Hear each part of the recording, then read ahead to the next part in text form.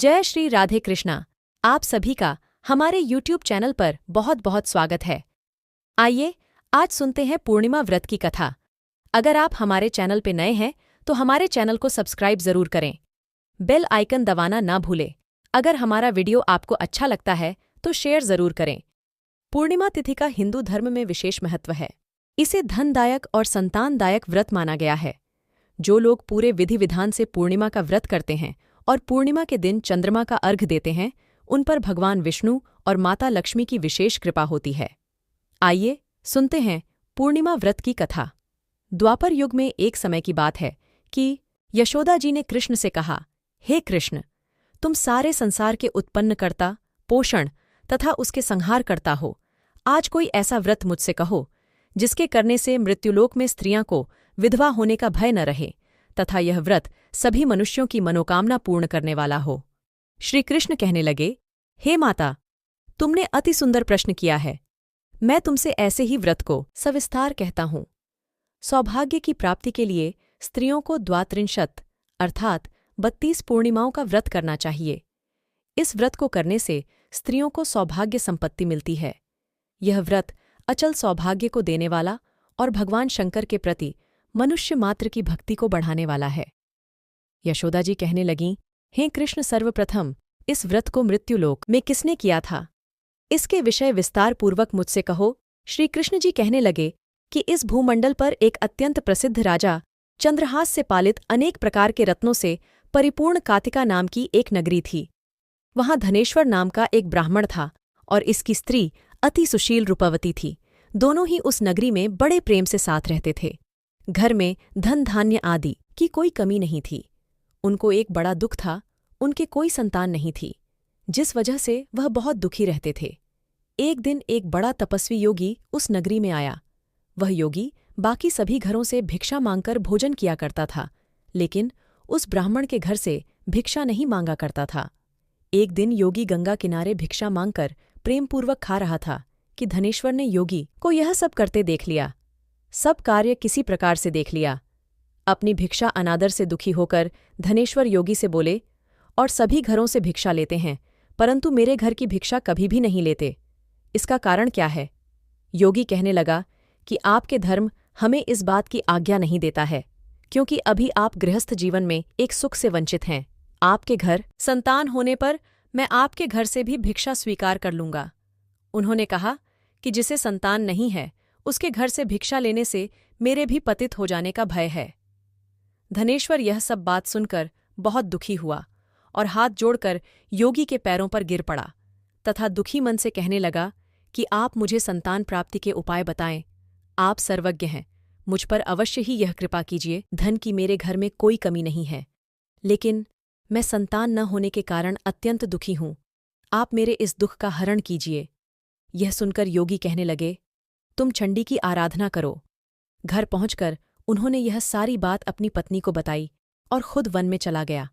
One में पहुंचकर उसने चंडी की आराधना की और उपवास किया। चंडी ने 16 दिन उसको सपने में दर्शन दिए और कहा कि हे धनेश्वर, जा तेरे पुत्र होगा, लेकिन उसकी आयु सिर्फ 16 वर्ष होगी। 16 वर्ष की आयु में ही उसकी मृत्यु हो जाएगी। अगर तुम दोनों स्त्री और पुरुष 32 पूर्णिमाओं को व्रत करोगे तो यह दीर्घायु हो जाएगा। जितनी तुम्हारा सामर्थ हो उतने आंचे के दिए जलाकर शिवजी का पूजन करना, लेकिन पूर्णमासी 32 ही होनी चाहिए। सुबह होती ही तुम्हें इस स्थान के पास एक आम का पेड़ दिखाई देगा। उस पर चढ़कर एक फल तोड़कर अपने घर चले जाना। अपनी स्त्री का इस बारे में बताना। सुबह स्नान होने के बाद वह स्वच्छ होकर शंकर जी का ध्यान करके उस फल को खा ले। तब शंकर भगवान की कृपा से उसको गर्भ हो जाएगा। जब ब्राह्मण सुबह उठा तो उसे उस स्थान पर आम का पेड़ दिखाई दिया और वह उससे फल तोड़ने के चढ़ा, लेकिन वह पेड़ पर चढ़ नहीं पा रहा था। यह देखकर उसे बड़ी चिंता हुई। उसने भगवान गणेश की उपासना की और कहा, हे दयानिधे, अपने भक्तों के विघ्नों का नाश करके उनके मंगल कार्य को करने वाले, दुष्ट का नाश करने वाले, रिद्धि सिद्धि देने वाले, आप मुझे इतना बल दें कि मैं अपनी मनोकामना पूरी कर सकूं। इसके बाद वह पेड़ से फल तोड़कर अपनी पत्नी के पास पहुंचा। उसकी पत्नी ने अपने पति के कहे अनुसार इस फल को खा लिया और वह गर्भवती हो गई। देवी की कृपा से उसे बहुत सुंदर पुत्र पैदा हुआ।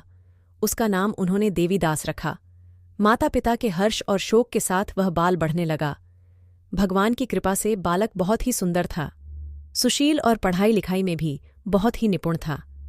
दुर्गा जी के कथानुसार उसकी माता से 32 पूर्णमासी का व्रत रखा। जैसे ही 16वां वर्ग लगा, दोनों पति पत्नी बहुत दुखी हुए, कहीं उनके पुत्र की मृत्यु न हो जाए।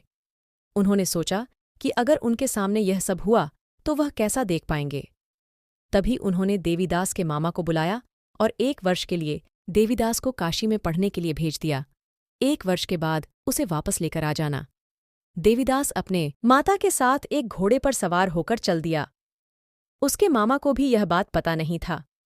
दोनों पति पत्नी से 32 पूर्णमासी का व्रत पूरा किया। दूसरी तरफ मामा और भांजा दोनों रात गुजारने के लिए रास्ते में एक गांव में रुके। उस दिन उस गांव में ब्राह्मण की कन्या का विवाह होने वाला था। जिस धर्मशाली में वर और बारात के बाकी लोग रुके हुए थे, उसी धर्मशाला में देवीदास और उसका मामा ठहर गए।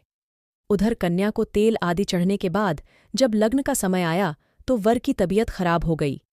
वर के पिता ने अपने परिवार वालों से विचार विमर्श करके कहा कि यह देवीदास मेरे पुत्र जैसा ही है, मैं इसके साथ लगन करा दूं और बाद में बाकी सारे काम मेरे बेटे के साथ पूरे हो जाएंगे। ऐसे कहने के बाद वर के पिता देवीदास को मांगने के लिए उसके मामा के पास गए और उन्हें सारी बात बताई। मामा ने कहा कि कन्यादान में जो कुछ भी मिलेगा वो हमें दे दिया जाए। वर के पिता ने बात स्वीकार कर ली।